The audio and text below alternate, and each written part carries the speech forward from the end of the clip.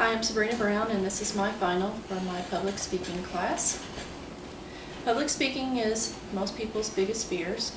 They get up in front of people and they get nervous, and they do a lot of the ums and ahs and the wiggling back and forth. They get up there and they think that everybody is focused on them 100% of the time, and most of the time they're not. Usually they're talking to each other, or they're looking around, or they're not focused on you.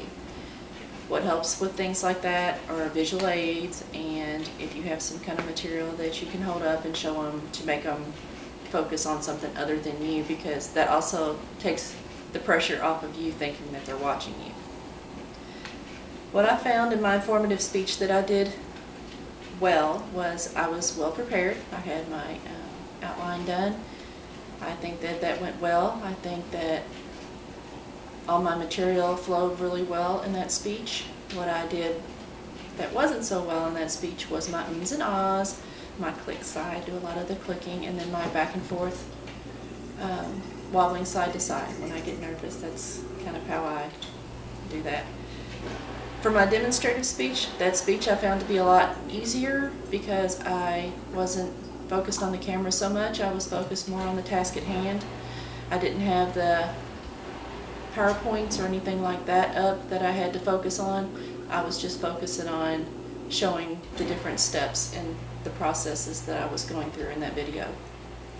The persuasive speech, I don't think I did too many ums and ahs. I think I did better on that one. The camera wasn't in focus. That could have been improved. I think that overall the speeches went well. I think that I learned a lot from this class. The 5 best speaking practices. You write a presentation that is tailored to your audience.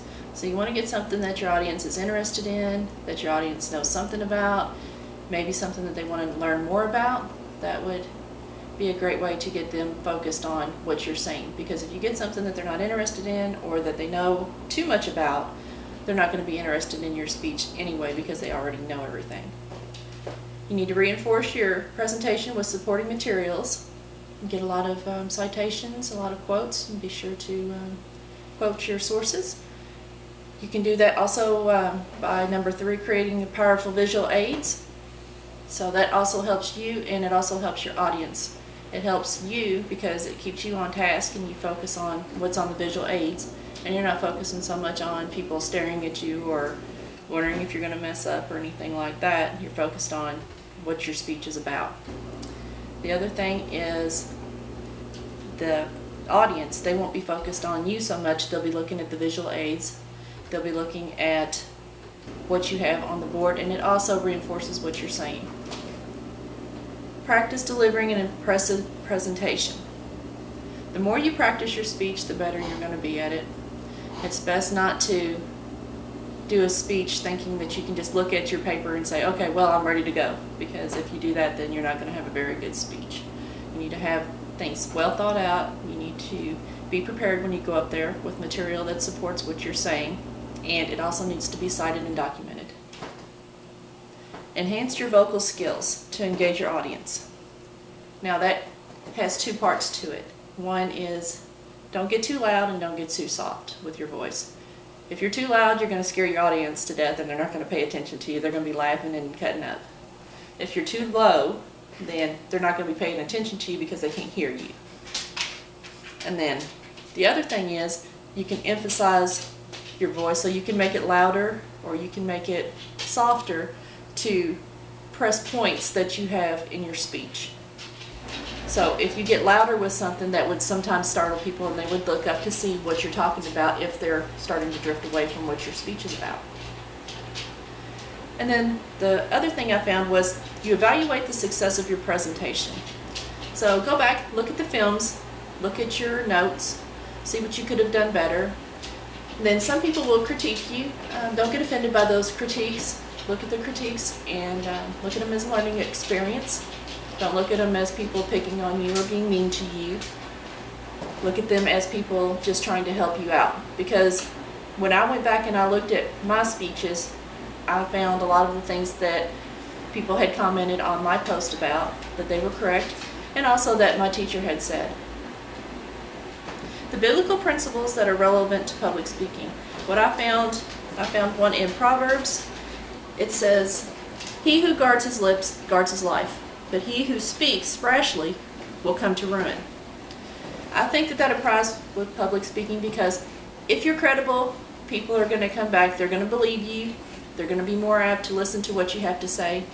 If you're not credible, you're not going to have anybody coming to listen to you, and if they do, they're not going to be interested in what you say because you're not credible, and they won't take anything that you say to heart, and they're more apt to be a distraction to you in your speaking than they are to be a blessing to you. I think it's important to always tell the truth when you're speaking, just for those reasons that I just gave you. And also, I think that it's good to use what you've learned and build on that with your public speaking. You don't take your public speaking and just stop. Because if you do that, you're not going to go any further, you're not going to learn from it, and it's just going to be a mess when you get up there.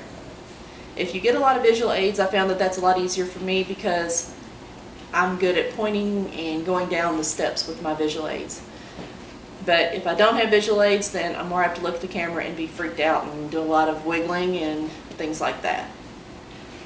What I plan to do with this public speaking class when I get out is I plan to use it for my classes in the future, and also plan to use it when I'm speaking to groups of children, things like that.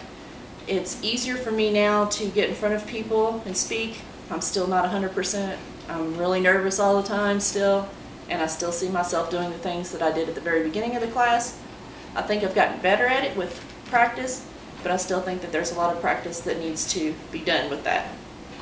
Also, your distractions, you need to watch those because it's easy to get distracted. It's easy to lose your place in your speech because somebody's doing something off on the side, or because somebody's not paying attention to you, or somebody's laughing, or anything like that. You think everything that happens in the audience is focused on you, and it's really not focused on you 100% of the time. So if you just focus on your speech and you focus on what you have to say, then that'll make life a lot easier for you. What I plan to do also with this speech, with this public speaking class, is I plan to use it not just in public speaking, but just in speaking itself with other people, because some of the things that I've learned that I did when I'm public speaking, I also do that when I'm talking to other people, and that's really distracting also. It's hard to focus on somebody, what they're saying, if they're doing a lot of the moving back and forth and wiggly and things like that. So this is my speech for my class. I hope that you all enjoyed it. I've learned a lot from this class, and I plan to take it with me on my journey through my college education. And thank you all for your all's time.